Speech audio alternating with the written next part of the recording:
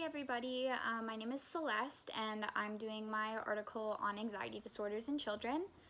So the article I found was called Anxiety Disorders and Behavioral Inhibition in Preschool Children, which was a population-based study. Basically, the authors of this article were focusing on behavioral inhibitions and seeing if those could be directly correlated with the development of an anxiety disorder later in life.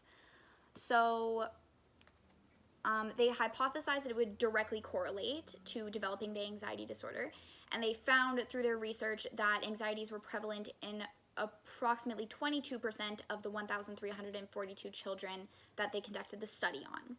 So these children were primarily between the ages of 4 to 7, but they did end up doing some questionnaires that required information on the children from as early as 2 years of age, which is very interesting because it's very hard to find articles nowadays that are looking more on preschool children and younger development than just adolescents and toddlers and so forth.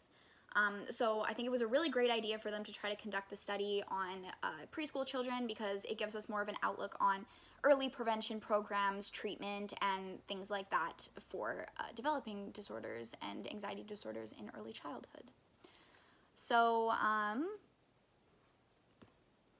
basically, they got the parents of these children, because they're too young to fill it out themselves, obviously. So they got the parents of these children to fill out 4 different types of questionnaires throughout the study.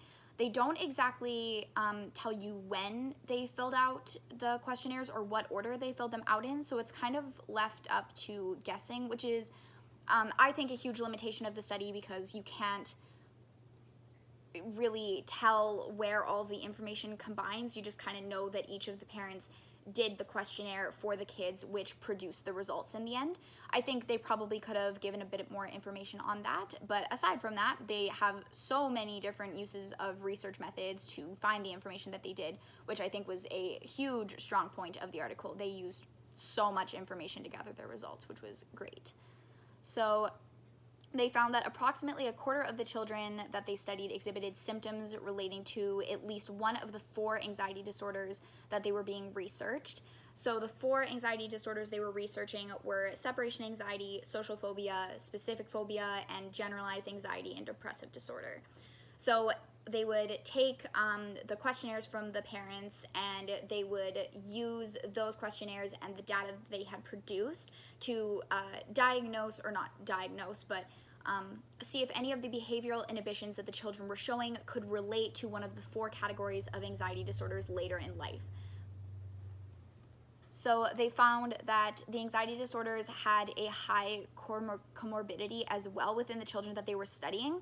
So some of the children that were positively correlated for one of the disorders were actually positively correlated for at least another disorder, or possibly 3 of the 4 disorders that they were researching, which is very interesting because at as low of an age as 2 years old, they're able to already tell by just using behavioral inhibitions whether these children have the possibility of having a high comorbidity for anxiety disorders or multiple later in life.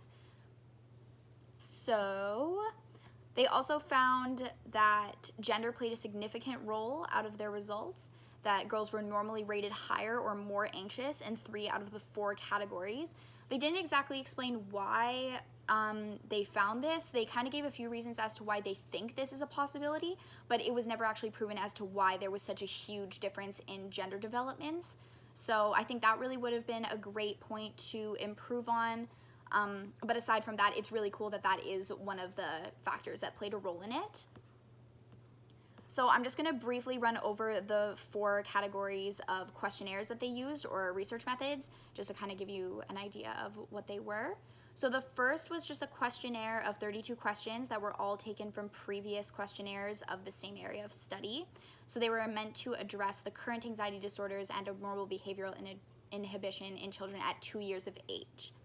So the second research study was a child behavioral checklist, which comprised 118 items assessing different behaviors of the children on a 3-point Likert scale.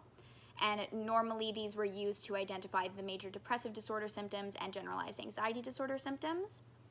The third one was a popular German parent questionnaire, which was known as an acronym that I'm not going to try to pronounce, which was basically a 4-point Likert scale that was assessing the social anxiety disorder and the social phobia disorder. So then the final instrument was a retrospective infant behavioral inhibition scale, which consisted of 20 questions that were broken up into 3 correlating scales, which were fear, shyness, and distress to novelty. So basically all of those different questionnaires were summed up into one SPSS chart that was produced at the very end to show all of their correlating results. And they did find through their results that there was a perfect positive correlation in all behavioral inhibition factors that related to anxiety disorder development in preschool children. But yeah, aside from that, they did a great job of producing all of their data and collecting everything that they did. So thank you.